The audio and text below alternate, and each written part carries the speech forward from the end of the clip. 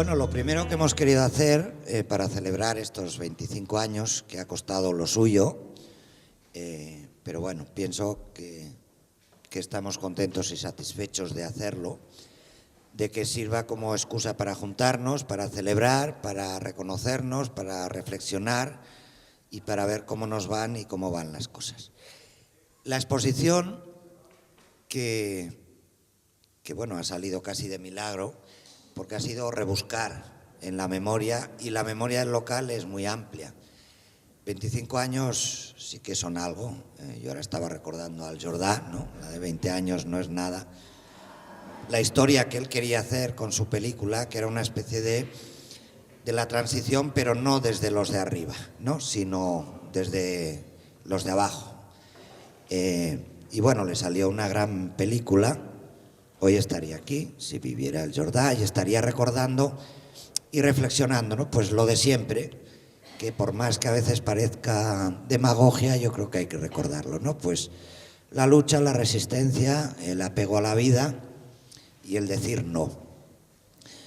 El decir no, que fue el motivo de abrir el local hace 25 años, sin saber muy bien el sí, pero sí teniendo claro pues que querías tener un espacio tuyo, un espacio libre, un espacio a construir, un espacio en el que te pudieras relacionar de otra manera, en un barrio determinado, como es el Raval, y tengo que decir que hoy estamos en Sants, pero que el local tiene muy claro su territorio y su espacio, pero que comparte. Estar hoy aquí en esta sala tan impresionante, pues es recordar la memoria de Sants, del movimiento obrero, de las luchas, de Josep Pons, pues al que se le ha dedicado la biblioteca de aquí al lado, pues compañero con el que compartimos tantas cosas. Y Raval y Sants para nosotros pues son barrios rebeldes, ¿no? Barrios pues que siempre han luchado, que siempre han peleado, conflictivos, creativos y que bueno, siempre se han adaptado a la propia realidad y han avanzado tiempos nuevos. Yo creo que estamos muy contentos y contentas de estar aquí, en este espacio, pero debemos una en el Raval, y cuando salga el libro que estamos haciendo, que saldrá, haremos la presentación y una paella posiblemente en el Raval, que es lo suyo. Bueno, queríamos empezar con una reflexión que no fuera las historietas, las batallas del abuelo Cebolleta, pero que sí fuera recordar. Recordar con la idea, bueno, yo creo que todos tenemos claro que esto de la memoria, aparte del fraude que nos venden, pues es recordar lo que se ha hecho pues para aprender a hacer mejor las cosas. Y eso ayuda. Repensarnos en estos 25 años, sin mirarte el ombligo, aunque a veces es difícil, pues es poner sobre la mesa tu vida y poner en común con la que los compartes ahora para ver cómo te reinventes, ¿no? Todos sabemos que, y gente lo ha dicho en el libro, que no se trata de hacer un panegírico, pero sí de felicitarnos de existir, porque eso no es fácil, es una pelea. Y es una cosa ganada, pero sí saber, como sabemos todos hoy, que como no te reinventes, estás más muerto que cualquier otra cosa. O sea, apelar a la memoria para ratificarte en lo que hiciste no tiene ningún sentido. Bueno, invitamos a gente que teníamos cercana y que ha sido un reencuentro también, a Juancho y a Gabriela. Juancho hay que agradecerle a él y a Idoia que hayan venido de Bilbao y a las carreras y sin comer y para estar aquí con nosotros y para compartir pues esos caminos, esas apuestas que iniciamos en ese momento y que hoy pues nos mantienen cómplices, ¿no? Nos mantienen compañeros. Y con Gabriela, pues a lo largo de estos 25 años pues hemos tenido infinitud de oportunidades de compartir situaciones y pensamos que éramos tres personas que podíamos ayudar a abrir estas jornadas con la exposición, con este poner en común y con todo lo que habéis visto en el programa para mañana y pasado. Y bueno, yo sé que estos días he estado más que histérico, hoy estoy más tranquilo, estoy más contento. A mí no me ha sido nada fácil, también lo digo personalmente, pero bueno, simplemente vale la pena esos esfuerzos y el estar hoy aquí con todo el reto que tenemos por delante, que yo creo que es la apuesta que a todos nos interesa. Y recordando, bueno, pues las 8 personas que hace 25 años creímos que había que dar un cambio, nos costó lo suyo, una apuesta que fue abrir ese espacio en la calle de la Acera gracias a que el Paco y Langi murió, la Carmela que muchos conocimos, que nos encontraron en el local, y decir de esa decisión que empezamos a hoy pues formar parte de esa geografía, de ese barrio tan encantador y que, bueno, y que es el nuestro, y que desde ahí, pues en estos 25 años hemos viajado a Chiapas, a Euskadi, a Madrid, a Holanda, a 1000 sitios más para compartir pues esas dignidades, esas aspiraciones, y hoy pues con otra gente y de otras maneras, pues aquí estamos en lo mismo. Yo quiero recordar solo, porque bueno, parece mentira, pero hoy me ha venido por el puñetero correo electrónico, las redes, pues el recuerdo de Digna Ochoa, una abogada mexicana que conocimos mucho y que la asesinaron de una forma brutal, y resulta que hoy es su aniversario. Y el Montalbán, que a algunos no les gustará, pero a otros sí, pues ayer fue su aniversario y Montalbán venía a cortarse el pelo al local cuando era niño y nos lo dijo. Y estaba súper contento de lo que hacíamos ahí. Y recordar también, a mí me ha gustado mucho que la institución no se haya acordado tanto de Montalbán hoy. No ha salido en ningún lado. Y pues yo quiero que hoy nosotros lo recordemos como una persona que compartió también nuestros espacios. Y nada, pues paso la palabra a Juancho. Gracias y pues que disfrutemos estos días.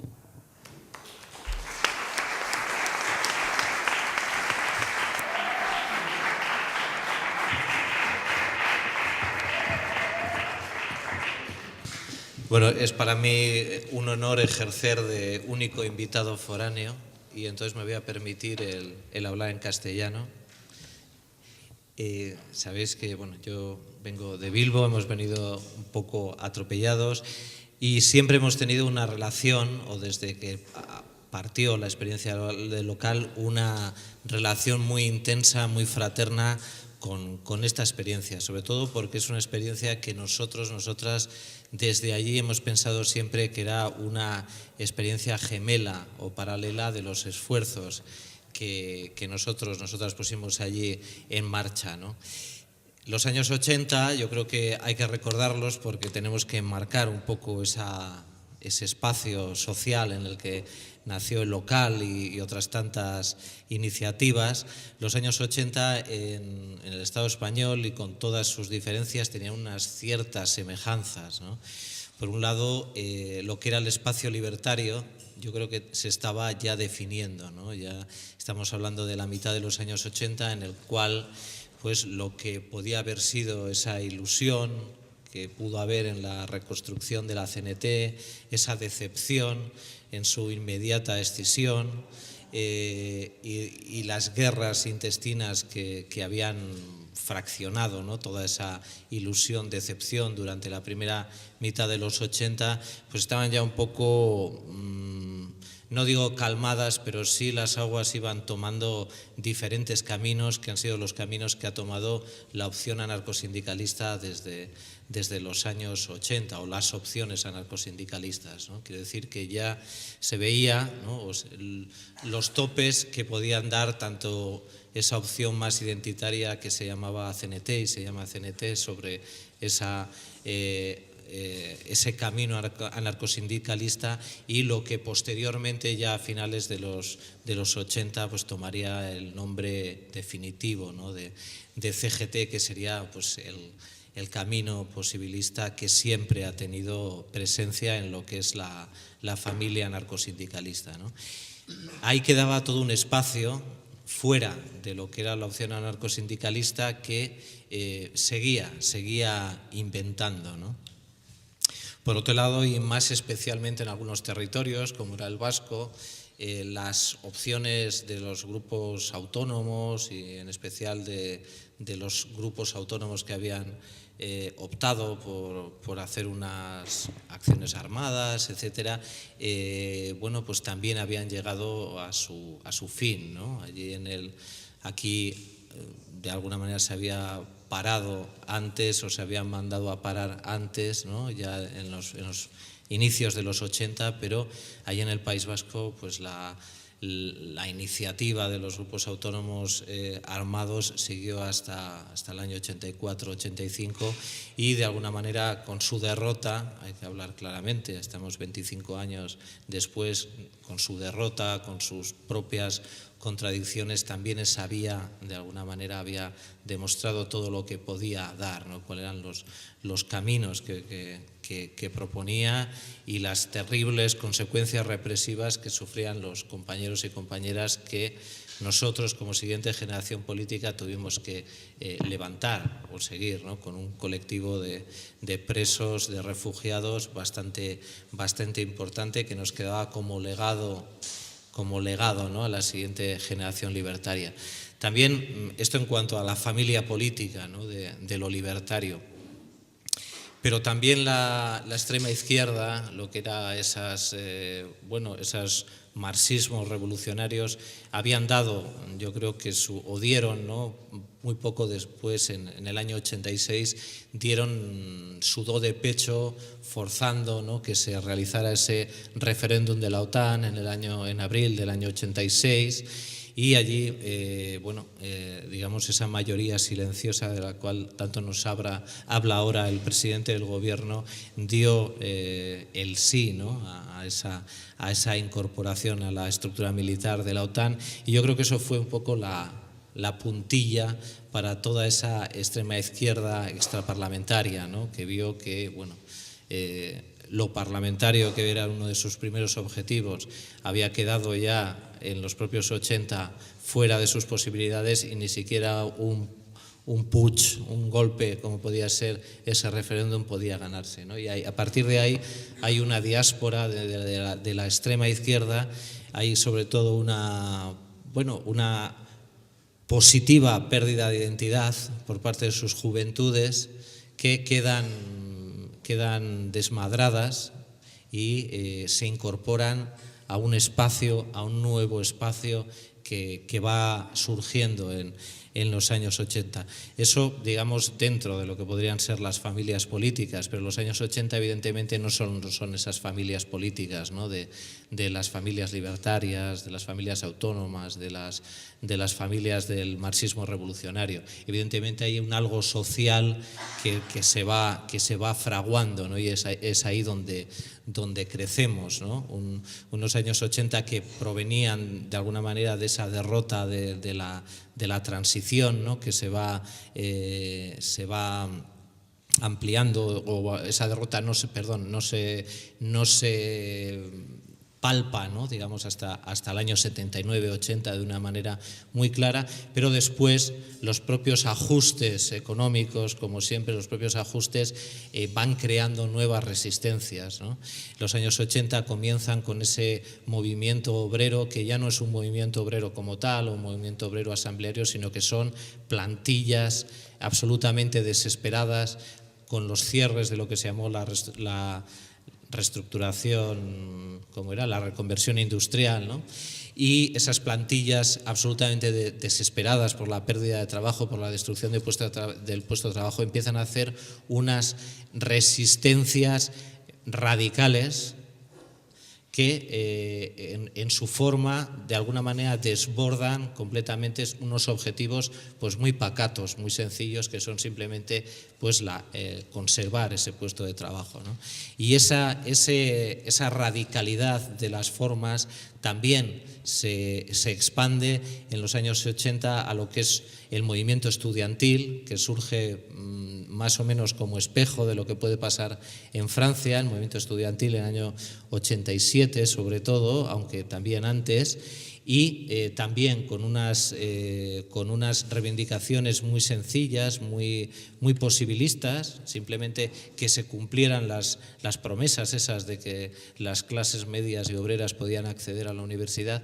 Bueno, pues desarrollan toda una revuelta estudiantil que se contagia de esa radicalidad de esas plantillas obreras, y de alguna manera comienza el pistoletazo de salida de toda esa ebullición de los años 80, de la segunda mitad de los años 80, de las cuales beben, ¿no? Beben tanto las experiencias que pudimos montar en el País Vasco como indirectamente también, y claro, pues la experiencia del local, ¿no?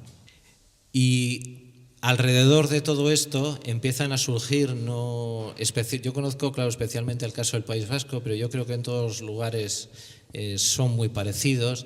Empiezan a aparecer en lo que son los cascos históricos, en lo que son las zonas viejas, evidentemente en el Raval.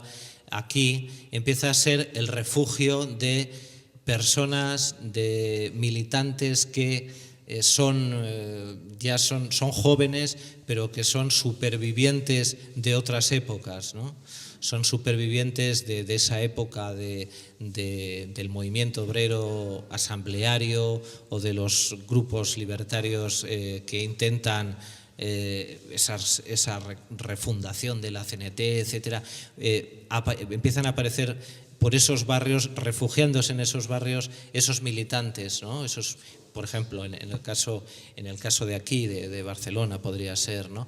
En el caso del País Vasco también hay unos militantes que se refugian en esos cascos viejos, que son, digamos, lo que va quedando de ese movimiento asambleario, no ya obrero, como he dicho, sino asambleario alternativo de finales de los años 70, que fue tan importante en Euskal Herria, ¿no? Como fue el movimiento antinuclear, feminista, y lo que era la constelación de grupos antimilitaristas, feministas, gays, etcétera. Se enrocan en los cascos viejos porque son bares, porque tienen bares muy baratos, porque la gente vive allí. Quiero decir que hay colegas que cogen esos bares, o esos bares son cogidos por los colegas como clientes, ¿no?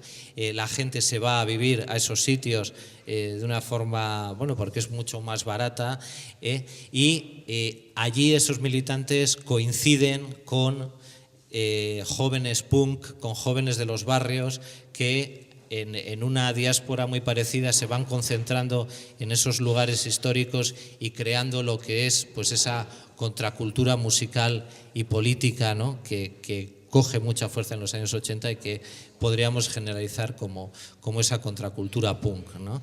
Y entre esa amalgama de grupos alternativos, de militantes que son restos de otras épocas, que son disidentes de otras épocas, entre los jóvenes de los barrios que beben de esa cultura punk, se va fraguando un algo que se tiene que materializar necesariamente de una manera política, ¿no?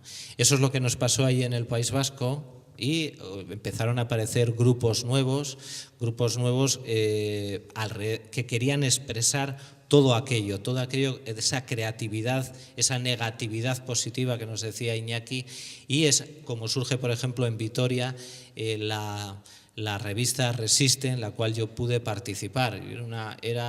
Bueno, recordar cómo eran los transportes en los años 80, que no eran tan rápidos como ahora, y aunque había mucha distancia allá en el País Vasco, pues estaba la cuestión de los campus universitarios, de tal manera que los universitarios allí están, las facultades están en diferentes capitales, y eso hacía un tráfico de personas bastante importante, y hacía que, aunque una experiencia pudiera ser local como la del Resiste, en realidad estuviera expresando un algo más general, ¿no? Comienzan entonces lo que se llaman esas relaciones expresivas, ¿no? De intentar reflejar, expresar lo que se está haciendo. Allí hicimos, a partir del año 85, la revista Resiste, que fue famosa a su pesar, porque la revista Resiste, en su número 0, que era una especie de pasquín que se pegaba en las paredes, como eran estos que hacía el camarada Mao, los dacibaos, era un dacibao vitoriano, pero se hizo famoso a su pesar porque publicó una verdad de porogrullo, que era una traducción de un artículo alemán que hablaba de la implicación de la Policía Nacional en una cosa que salía entonces que se llamaba los GAL, ¿no? Aquel grupo contraterrorista, como se dice ahora en lenguaje políticamente correcto. Y los dacibaos del Resiste fueron arrancados uno a uno por orden del gobernador civil, que entró en bares para arrancarlos, etc. Y eso lanzó el Resiste, digamos, a una fama, o de alguna manera tuvieron una responsabilidad de seguir expresando todo lo que era esa movida, y que también había ido tomando cuerpo, como refundando lo que eran las ondas rojas en radios libres, etcétera, y radios libres y por lo tanto fanzines. Pero ¿cuál era el siguiente paso en lo expresivo, en lo relacional, ¿no? Se necesitaban locales para no solo estar en esos cascos viejos, sino locales que fueran verdaderamente banderas de esa contracultura militante, fruto de todos esos cruces que os he contado. En esas estábamos. Allí la verdad es que impulsamos al principio los gasteches, ¿no? Las casas juveniles ocupadas, pero cuando nosotras estábamos en esas lides, empezamos a escuchar que en un ambiente muy parecido, por lo tanto en el Raval, en Barcelona, se estaba fraguando un espacio que quería ser la guarida y la bandera de toda esa diversidad, contracultural y política, ¿no? en efervescencia. Y yo creo que el gran acierto de la gente de Barcelona fue que era tan obvia la necesidad de expresión y de relación, que ¿cómo se iba a llamar? Pues se iba a llamar El Local. No tenía que ponerse apellidos, ¿no? Se llamó El Local. Y yo creo que la gente de Barcelona siempre ha respondido, la gente del Raval, con esa sencillez que da la necesidad, ¿no? Quiero decir que primero se fundó El Local y paralelamente se fundó la Distri, ¿no? No tuvieron que ponerle, como nosotros en Bilbao, nosotras que le llamamos a la distribuidora, le pusimos unas siglas, y luego años más tarde fundamos un local así como con más ínfulas políticas, que se llamó Liquiniano, ¿no? Aquí se llamó El Local, la Distri, y yo creo que esa es la gran virtud, ¿no? La gran virtud del proyecto de la calle de la Acera, que ha sido eso, ha sido el espejo, la guarida, la bandera de toda una radicalidad, de toda una contracultura militante que existía. Y bueno, aquí sigue. Podemos hablar quizá en una segunda intervención, porque yo tengo un rollo que si no. Entonces, en una segunda intervención de cuál es el ahora, ¿no? Pero bueno, lo dejo aquí, en ese local, en esa distri sin apellidos.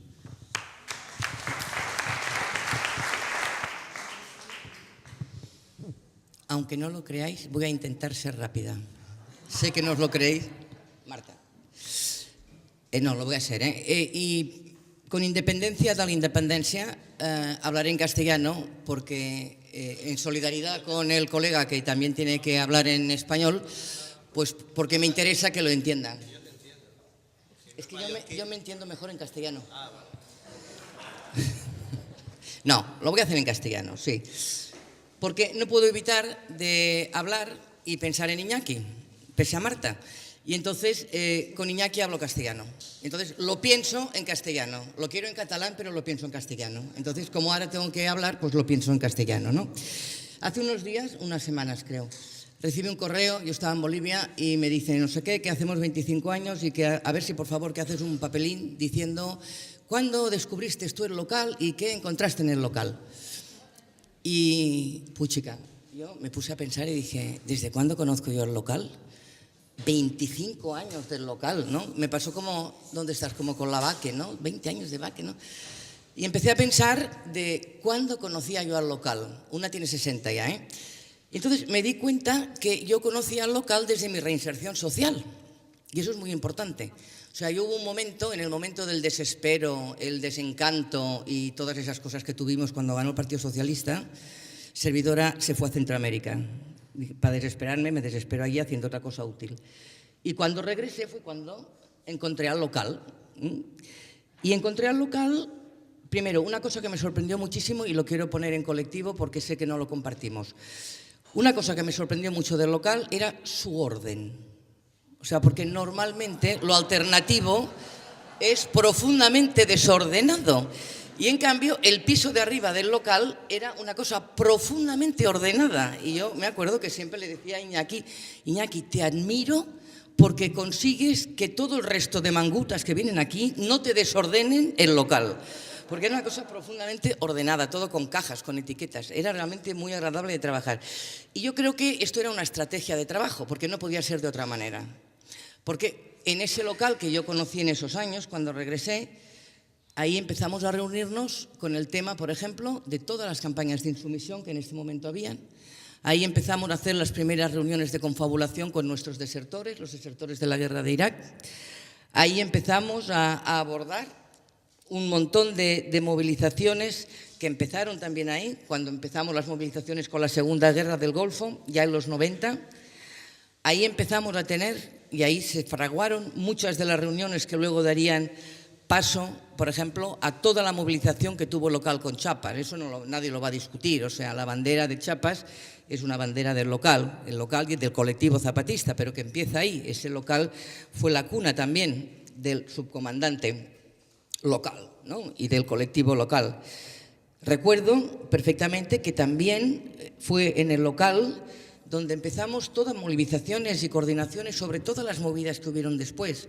Acordados del acuerdo de inversiones, del acuerdo de inversiones que luego se retiró. Un local donde era un sitio también de encuentro de otro movimiento importante, el movimiento Ocupa. Aquí estáis muchos que venís de ese movimiento, ¿no? Y ahí tengo anécdotas muy divertidos, ¿no? Tengo ahí a la Marta, tengo ahí a un insumiso por allá, ¿no? Que fue la experiencia de la vaque, que lo hemos dicho muchas veces. La vaquería, el desalojo de la vaquería, fue el primer desalojo que nos lo planteamos desde un punto de vista de resistencia no violenta activa.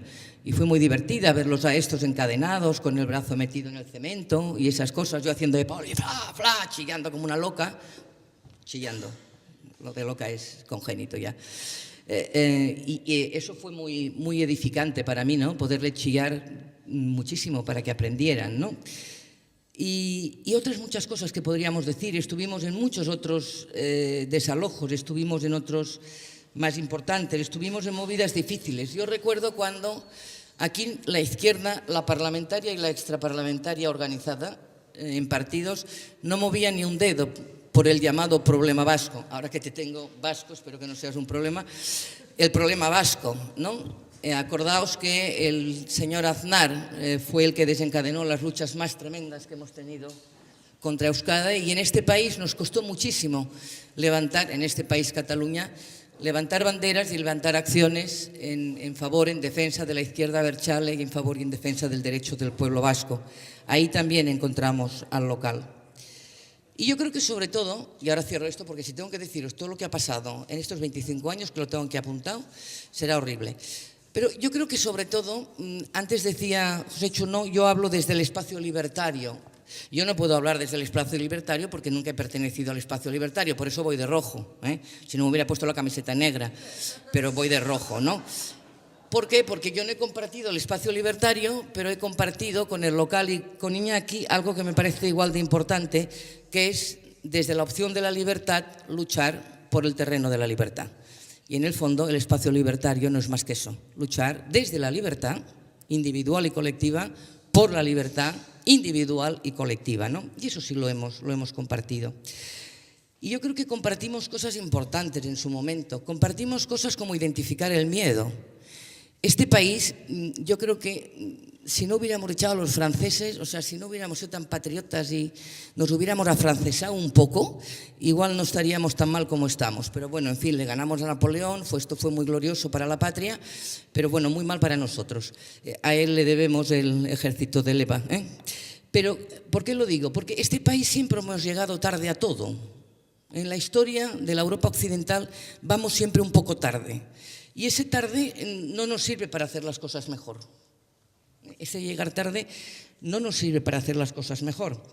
Y yo creo que quizá porque llegamos tarde y porque teníamos una Europa ahí, Pirineos para arriba, la Europa de siempre, ¿no?, que logró algo que no había logrado ideologías anteriores y que no había logrado ni la guerra, que fue meter en la cabeza de todas nuestras gentes, ganar a todas nuestras gentes con el encanto del bienestar y con la seducción del consumo.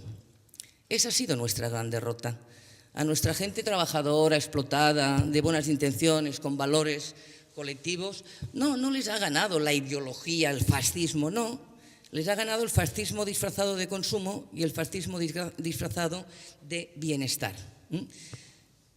¿Por qué digo que llegamos tarde? Porque nos creíamos que el estado del bienestar, ganado a pulso después de la Segunda Guerra Mundial, y ese contrato social que se hizo porque había que reconstruir Europa, que eso sería una victoria para siempre, nos querían hacer creer. Que ese estado del bienestar, basándose en un contrato social y en el arbitrio del Estado, eso era una victoria ya impensable de ser destruida. Y eso es lo que ahora está absolutamente destruido. Y eso lo discutíamos, y eso se hablaba, y eso se planteaba desde el local también, con mucha gente, sobre la incredulidad de ese bienestar que se nos vendía y sobre la denuncia acérrima de en qué bases se asentaba ese bienestar y en qué bases se asentaba esa visión del mundo feliz, ¿no? Yo creo que llegamos tarde a eso también. Y creo que hay algo que deberíamos pensar. Yo tengo un amigo muy amigo mío que se llama Arcadio Oliveras, que siempre nos ponemos muy de acuerdo en identificar los malos más malos de todos los malos. Ahí nos ponemos siempre de acuerdo, ¿no? Fondo Monetario, el Banco Mundial, las transnacionales, las multinacionales, las menos nacionales, las nacionalísimas, incluido el MAS, etcétera, etcétera, ¿no? Pero yo siempre le digo que nos olvidamos de otra reflexión, que es decir, ¿qué es lo que desde nuestra barricada hemos hecho mal o hemos dejado de hacer porque en algo hemos colaborado a que el desastre sea de esas cantidades? O algo quizá podíamos haber hecho algo mejor. O algo teníamos que haber hecho más grandemente, porque es cierto, y os conozco casi a todos y todas las que estáis en esta sala, que hemos hecho lo que hemos podido, y qui fa el capot no está obligat a més, dicen, de buena gente. Ahora bien, yo creo que sí que tendríamos que reflexionar. ¿No será que nos creímos en algún momento que el nivel de conciencia de nuestras gentes era superior al que realmente creíamos haber conseguido? ¿No fue quizá que valoramos muy poco el miedo que había en nuestras gentes, el miedo que se desprendió de la guerra civil? No ocultar solo la verdad, sino ocultarnos la verdad para no volver a sentir ese miedo, para no volver a sentir esa situación. ¿No será igual que la izquierda extraparlamentaria, la izquierda radical, la izquierda consecuente, nos dedicamos quizá demasiado a agrandar, a hacer grandes y a identificar nuestras diferencias más que a identificar a nuestro enemigo común, que era mucho más grande de lo que nos pensábamos? Es posible que quizá nosotros, con toda la buena intención del mundo, y viendo la incoherencia de la izquierda oficial, y viendo la falta de transversalidad de las ideas y de los valores de la izquierda oficial, quizá quisimos ser demasiado perfeccionistas, llevar a un límite quizá demasiado grande esa coherencia y esa perfección, y quizá olvidamos que a la gente teníamos que auparla desde mucho más abajo. A la gente teníamos que irla a buscar desde espacios y desde sectores donde quizá nos tiraran tomates la primera vez que nos oyeran.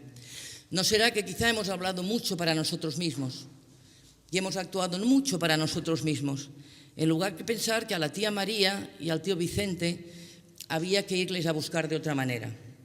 Y a eso no ha colaborado la izquierda oficial. Nunca, la derecha no colabora porque su función no colabora, eso no nos tiene que asustar. Pero la izquierda sí, porque quizá, fijaos, yo pienso y digo, quizá la lucha por las cosas, la lucha por la materialidad, la lucha por la reivindicación económica, la lucha por el digno salario, la lucha por quitarle cada vez más plusvalía al capitalista, hizo que nuestras luchas fueran muy materiales. Y que los valores que tenían que acompañar, los valores de austeridad, los valores de no consumismo, los valores de vivir bien, no de bien vivir, fueron quedando más aparcados. Yo me asusto un poco cuando veo miles, millones de gentes que salen por los recortes, que es muy legítimo, pero yo no he visto esos mismos millones de gentes por otras cuestiones solidarias, por otras cuestiones, por ejemplo, antibelicistas, no los he visto tanto. Y ahí me pregunto qué parte de responsabilidad tenemos toda la izquierda y nosotros dentro de ella, ¿no? creo que esas reflexiones nos conviene hacerlas, porque, y antes lo comentábamos, los que estamos aquí, las que estamos aquí, nos une una cosa, que tenemos oficio. Oficio de insurgentes, de subversivos, de insumisos. Ese oficio lo tenemos y ese oficio no se pierde. Tuvimos una buena escuela profesional, que fueron todas estas movidas y movilizaciones de las que hemos hablado. Pero no podemos permitirnos el lujo de volver a encontrarnos en una situación como esta, porque esta situación la habíamos previsto, esta situación la habíamos analizado, dijimos que eso pasaría. Y cuando ha llegado el momento nos ha pillado un poquillo fuera de lugar. ¿Por qué? Porque éramos menos de los que nos pensábamos. Ojalá esa crisis hubiera servido para que levantáramos otro modelo de sociedad y para que levantáramos, si no más, otro modelo de hacer las cosas. Pero parece ser, lamentablemente, y no quiero ser pesimista, pero que la mayoría del personal, hoy por hoy, piensa, virgencita, virgencita, que me quede como estoy, o a ver cuándo volvemos a estar como estábamos en el 2008. Y yo creo que nadie de los que estamos aquí queremos volver al mundo del 2008, porque el mundo del 2008 tampoco nos gustaba en absoluto. Queremos ir al mundo del 2020 y pico, pero que sea otro mundo. Y ahí yo pienso que tenemos que echarle empeño y ponernos al desempeño, ¿no? Porque solo pensando no lo conseguiremos, ¿no? ¿Por qué? Porque a mí me da mucho miedo el determinismo que en estos momentos se está barajando, fuera de esa cosa nebulosa de la independencia que tapa la crisis, tapa las desigualdades, tapa las corrupciones, lo tapa todo, ¿no? No la independencia, sino la utilización de la independencia. Pienso que me preocupa ese inmovilismo en el decir las cosas no pueden ser de otra manera. Y es mentira, nosotros sabemos que pueden ser de otra manera. Nosotros lo sabemos, lo hemos dicho, lo hemos escrito, lo hemos manifestado, lo hemos gritado muchas veces. Y también me molesta que ese concepto de utopía, de nuestra utopía, de seguir detrás de ese objetivo, parezca que ya está pasado de moda. Ya no hay espacio de utopías, ¿no? Antes nos recordaba Iñaki a un buen amigo, a Manolo Montalbán, a Manolo Vázquez Montalbán, que hoy no está con nosotros. Y yo quisiera recordar con esta frase otro amigo, ¿no? A Paco. Bueno, ahora me emociono un poco, pero es igual. Él escribía poco antes de morir, hace un mes, ¿no?, que después de los desastres del siglo XX, la utopía, nuestra utopía, ha perdido su inocencia, pero no su vigencia. No su vigencia. La vigencia sigue estando. Y, por tanto, ha perdido la inocencia y esto es bueno para nosotros. Es bueno que la inocencia del consumo, es bueno que la inocencia del estado del bienestar, es bueno que la inocencia del contrato social basado en que yo te domino hasta que yo quiero dominarte, que toda esa inocencia se haya perdido, porque solo sobre esa inocencia nosotros podremos seguir construyendo vías de futuro. Tenem ofici, i això és bo. ¿Por qué? Porque también está dicho que la primera victoria del neoliberalismo es robarnos la esperanza. Y eso no se lo vamos a permitir, porque, acordaos, ¿no?, Kant era mucho Kant y decía muchas tonterías, porque sabéis que Kant estaba a favor de la pena de muerte, por ejemplo, pero de vez en cuando tenía ideas muy luminosas, ¿no? Y Kant decía, las cosas tienen precio, los hombres tienen dignidad. Y, por tanto, a los hombres y a las mujeres, eso en aquel momento no se acordó, estaba un poco despistado, dijo solo a los hombres, pero a los hombres y a las mujeres se les mide, se les valora por su dignidad, no por lo que valen, porque su valor es la dignidad. Y yo creo que si algo hemos tenido en muchas luchas, si algo hemos tenido, y algo nos ha representado el local, yo lo digo muy sinceramente, es esa dosis de dignidad necesaria, imprescindible, para el vivir hoy, para pensar el ayer. Era muy digno lo que hicimos. Podía ser mejor, sin duda, pero lo hicimos dignamente, dentro de nuestras limitaciones, y sobre todo para enfocar esa dignidad para el futuro, porque el futuro que se nos presenta sigue siendo un futuro indigno, sigue siendo un futuro injusto. Y nosotros posiblemente no sepamos exactamente, no tengamos, si alguien lo tiene, no me lo creo, una alternativa global a todo ese neoliberalismo y a toda esa globalización económica. Pero sabemos perfectamente bien lo que no se debe hacer. Sabemos perfectamente bien lo que no se debe hacer. O sea, que no nos digan que no tenemos alternativas. Tenemos unas alternativas de deconstrucción de todo lo que no se debe hacer muy claras. Y, por tanto, una manera de construir nuevos valores y nuevas utopías y nuevas esperanzas es de construir diariamente relaciones, valores, precios, costos que pone el capital, que pone el neoliberalismo, que ponen los dueños y las dueñas del mundo, alguna cabrona hay, no nos creamos que todas somos Hollywood, ¿me explico? Y deconstruyendo construimos. Y sobre todo nos deconstruimos también un poquito a nosotros para construirnos nuevamente en ese futuro que se nos hace difícil, pero que seguro que espera nuestro apoyo. Ahí están esperándonos, ahí nos estamos esperando nosotros mismos. O sea que nos vemos mañana en la Mani y a seguir deconstruyendo y construyendo otras cosas. Es nuestro oficio.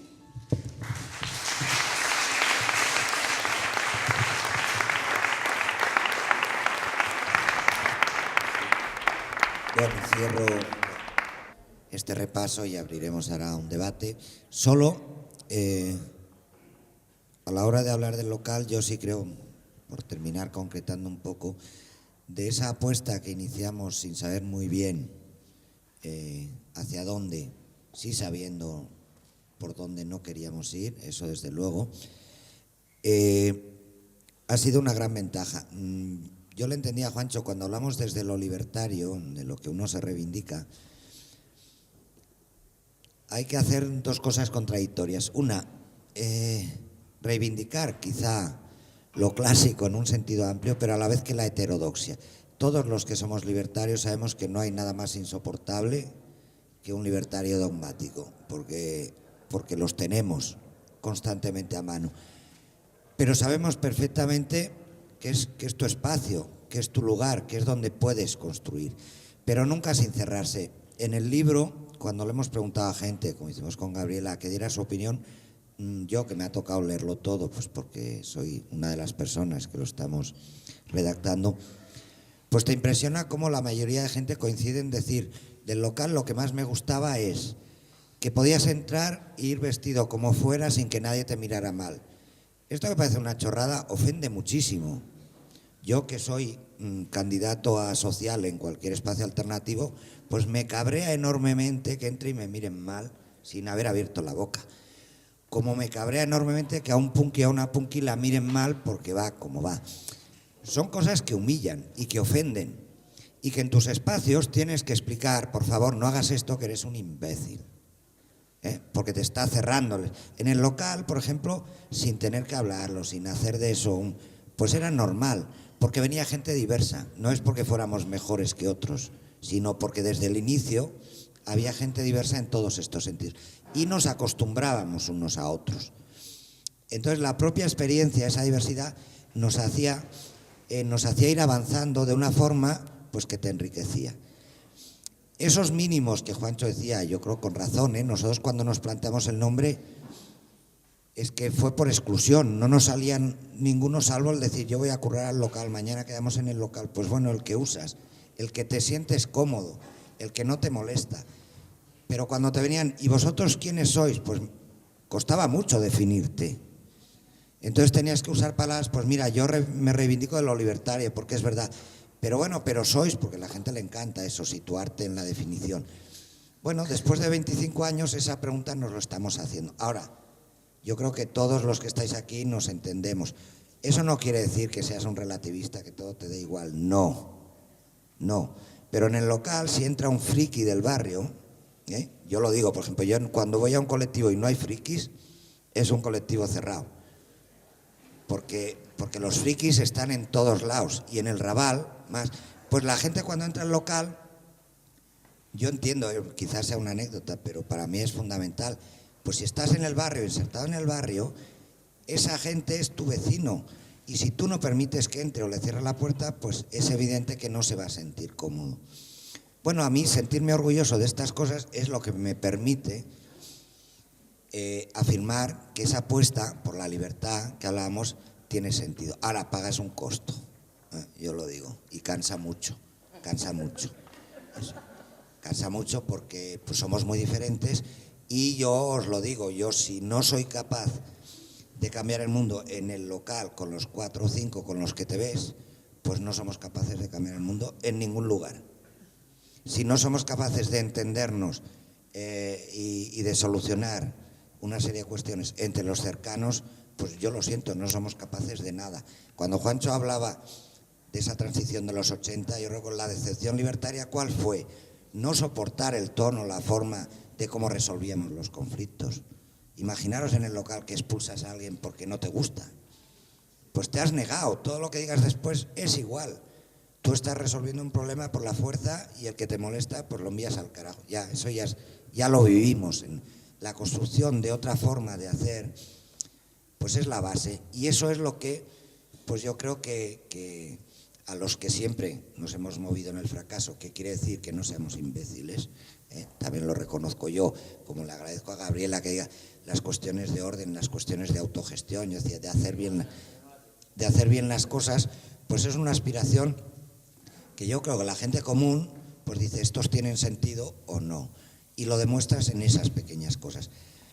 Yo, con el mundo actual y con la crisis de la memoria, constantemente vas dando saltos a, ¿te acuerdas cuando nos pasó esto? Porque, no sé vosotros, creo que coincidiréis conmigo, yo desde que tengo uso de razón vivo en la crisis. O sea, yo un trabajo fijo o el miedo a no tener un trabajo desde los 16 años, y hoy lo sigo teniendo, o sea, porque soy de un sector pues que no quiero decir con eso que sea ni mejor ni peor que nadie, pero la posibilidad de supervivir, de experimentar, pues te da cierta libertad. El decir que no te da cierta libertad y haces cosas que a otros les da miedo y a ti no te da ninguno.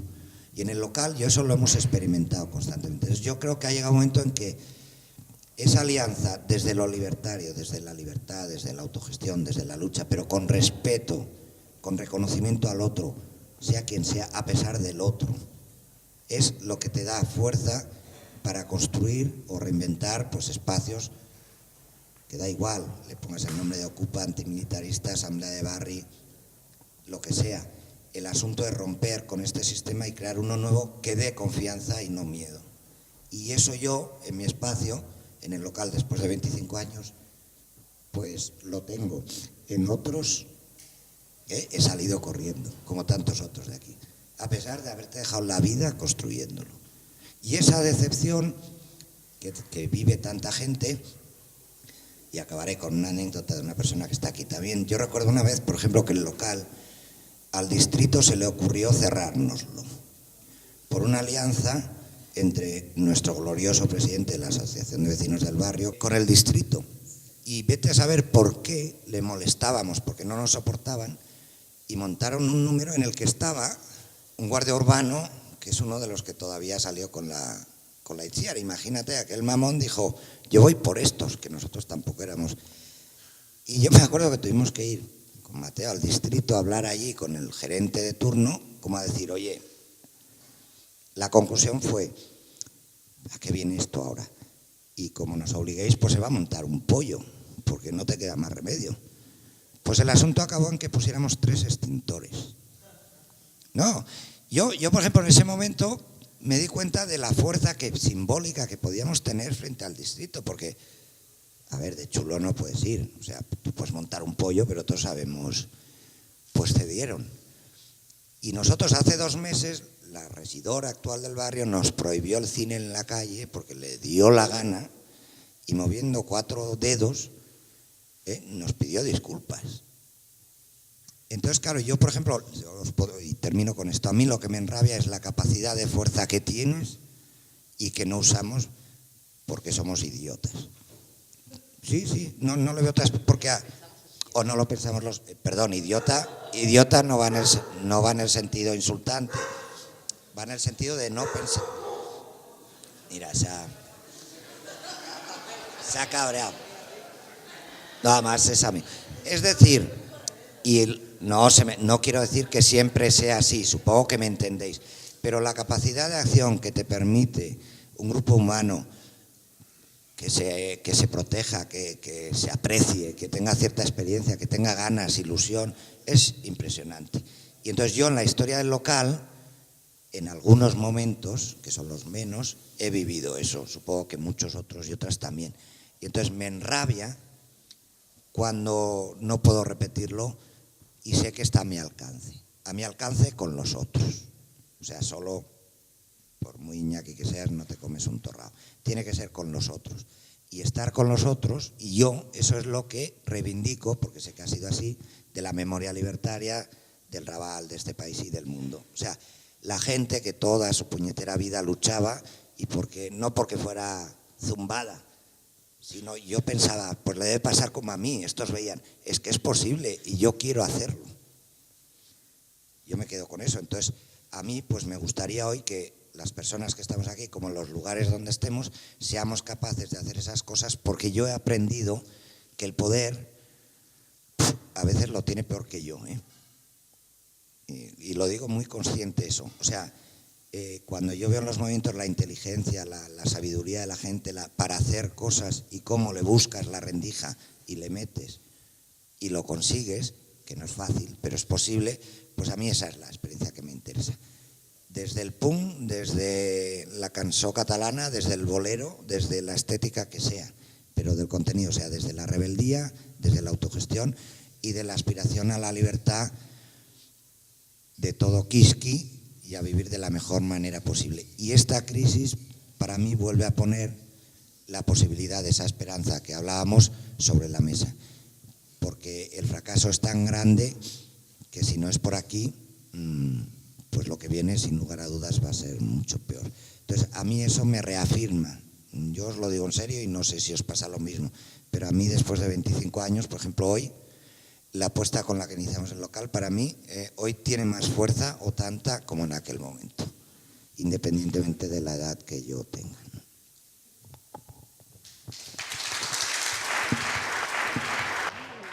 Hoy somos 50, 100, 200, bueno, mañana a lo mejor seremos 1000 o menos, pero tener que pensar que la situación nueva que hay, o sea, es un impasse, o sea, el movimiento, y es importante todo lo que está pasando alrededor nuestro y las grandes movilizaciones que por nuevos sectores de gente que se va incorporando a la lucha, jóvenes que nunca han vivido experiencias asamblearias, movimientos de acción directa, de ser protagonistas reales de lo que están viviendo. Eso es lo más bonito que creo que se van a llevar a la tumba el día que mueran, que han sido protagonistas, no han sido actores de la especulación de un voto y marionetas de ese voto.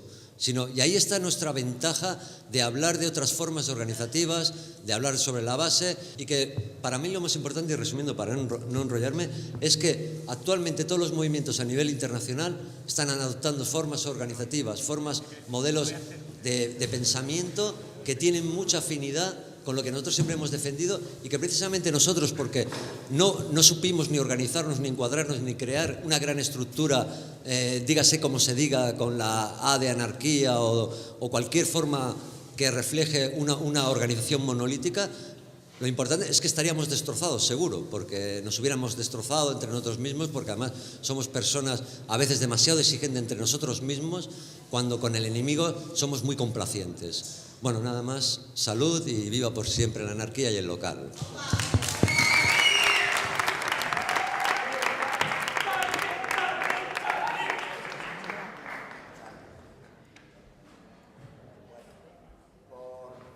Por comentar solo un par de cosas.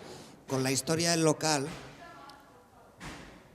con respecto a la historia del local, que es un intento de este aniversario y sobre todo con respecto al libro, yo no he insistido por una razón, porque es larguísima, porque son cientos de personas muy diferentes. Pensar una cosa, la mayoría de gente que está ahora en el local desconoce hasta los nombres de los que empezaron, ¿eh? O sea, no tienen ni idea, y viceversa, ¿eh? No es que hables de una línea.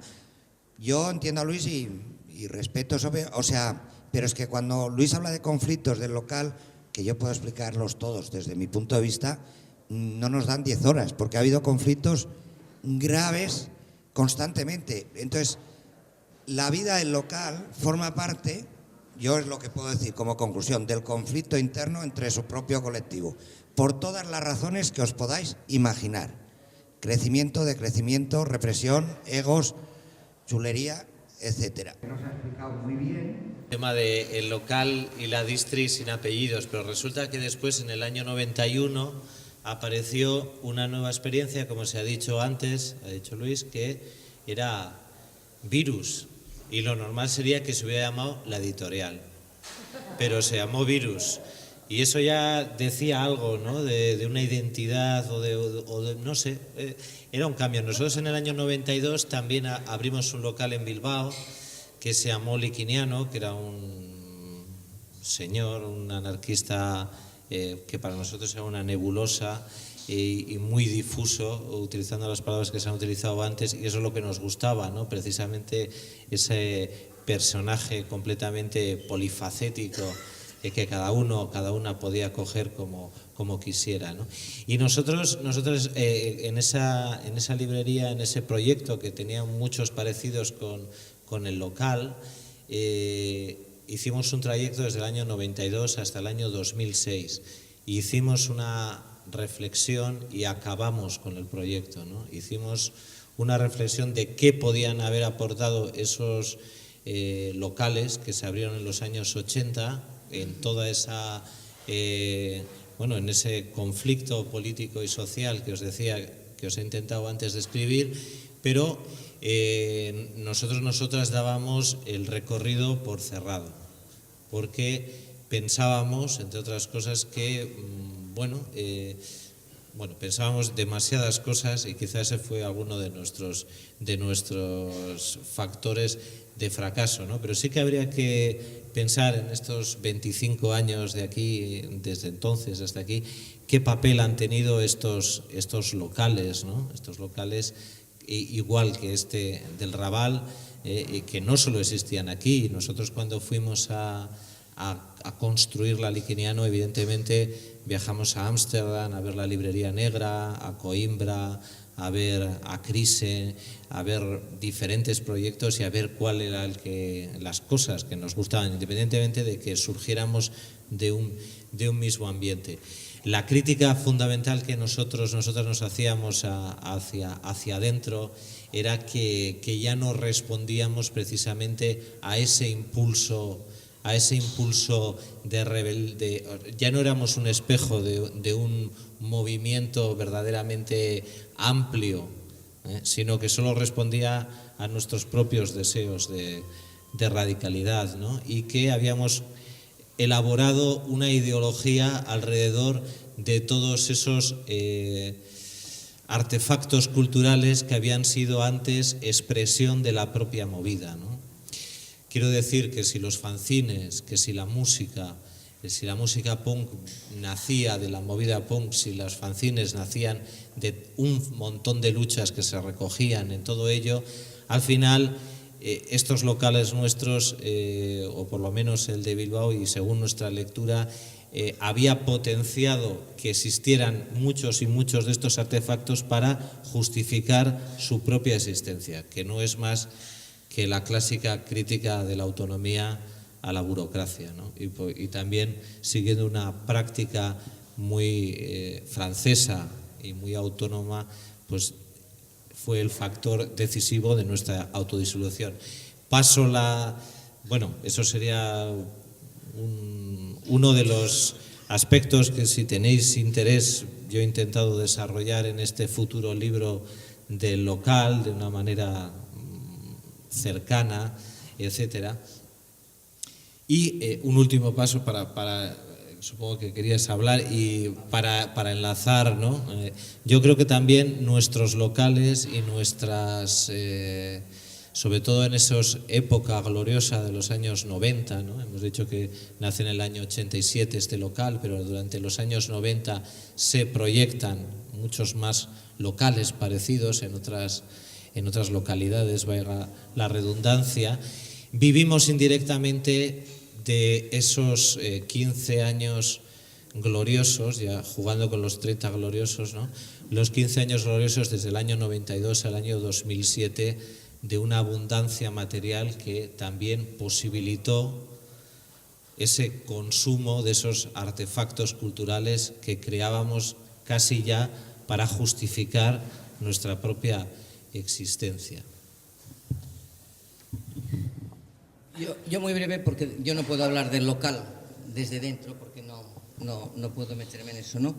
Pero Xavi, has dicho una cosa que me ha impresionado mucho, y quiero añadir algo porque creo que comulgo con lo que decías. Yo creo que si algo se puede recuperar de toda la experiencia de la libertaria, de la cual el local es una experiencia, es que siempre fue propositivo.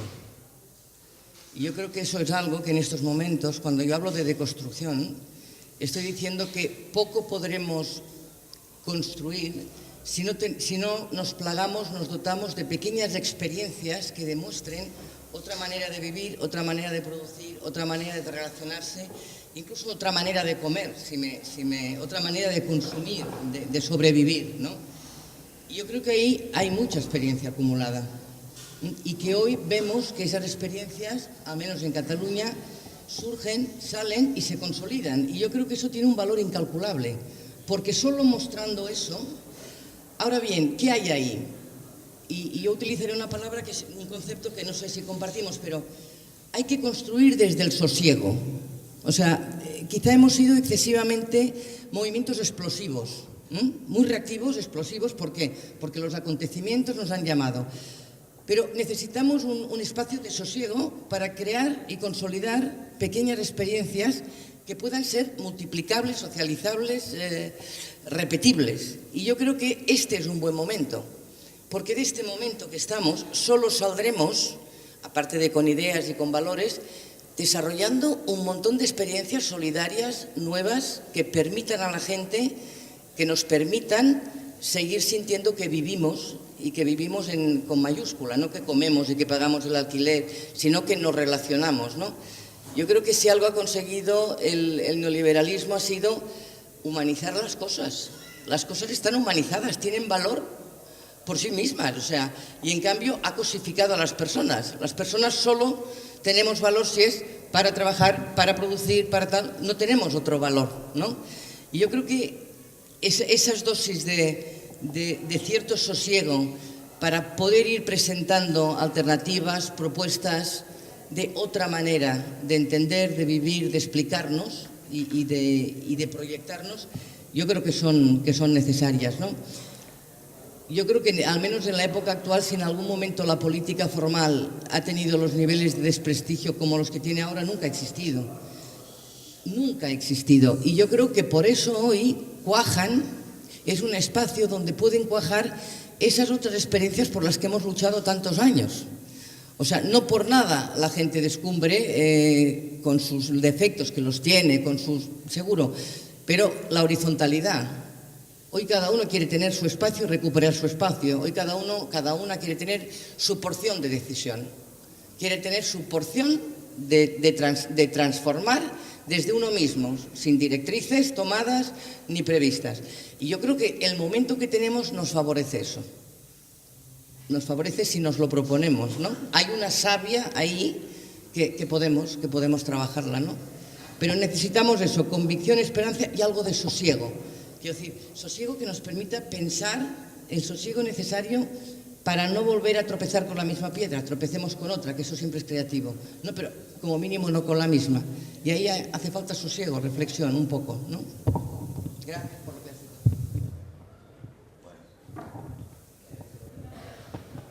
Bueno, yo no he estado vinculado nunca a ningún grupo del local y, bueno, os voy a decir mi opinión, si os interesa desde fuera. Y, bien, yo estaba estudiando sociología hacia el año 92 o 93 y por una serie de causas de azares, tampoco estaba vinculado con el mundo libertario, pues escogí estudiar a Ferri Guardia. Qué triste que también ha sido el aniversario estos días y no, ¿verdad? Otro año. Y bueno, pues me dijeron, oye, si quieres más información, vete al local, en la calle La Acera. Todavía no estaba vinculado al mundo libertario, ¿no? Fui al local, a la calle La Acera, no sé si Iñaki se acordará, pero estaba él. Y entonces, pues claro, vi tantos libros, empecé a coger breviario, tal, primero de educación anarquista, esto, lo otro. Y el Iñaki, no sé si se acordará, me dijo, bueno, no hace falta que compres todo.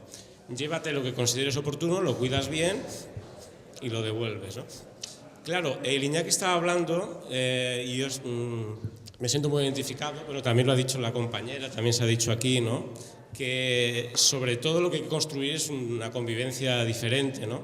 Y yo que soy de San Boi y había estado ligado a determinados grupos así muy políticos y tal, al ver este tratamiento que me hizo Iñaki dije, ostras, aquí hay algo. Y era también por la época en la que estaba la Exposición Internacional Anarquista y eso también me llevó a la exposición. Luego también tenía un amigo que cuando Iñaki traía a García Calvo me llamaba y a veces íbamos allí al escondite del pirata y tal. Quiero decir que esta anécdota de mi vida, o sea, haber encontrado el local, ¿no? Ver cómo se trataba a la gente, a lo mejor esto parece como muy naif, ¿no? Pero a mí me parece muy importante, pues esto a lo mejor hizo que luego empezara incluso a afiliarme a militar, a ser militante de organizaciones ya digamos más ortodoxas, ¿no? Pero a mí me gusta más, como dice Iñaki, el movimiento libertario, bueno, ser libertario pero heterodoxo, con o sea, viendo muchas opiniones, ¿de acuerdo? No dar portazo a nadie, ¿de acuerdo? Es que eso es infernal, no veo que sigue pasando, ¿no? Entonces, pues bueno, simplemente era esto, un agradecimiento de que haya existido el local y esto, para bien o para mal, pues también ha determinado un poco mi biografía. Bueno, pues nada, suerte.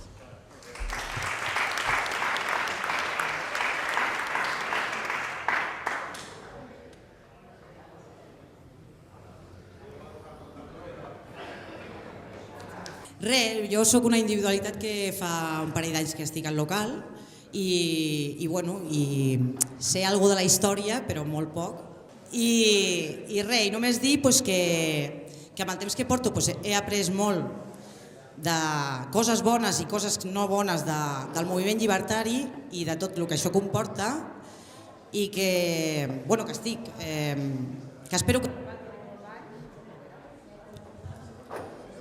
espero que el local duri molts anys i que suposo que durarà, amb la gent nova que som, a tranques i barranques, millor o pitjor del que ho han fet gent d'abans i que estic orgullosa de pertànyer al local. I només volia dir això. Jo i suposo que totes les individualitats que hi pertanyen, no?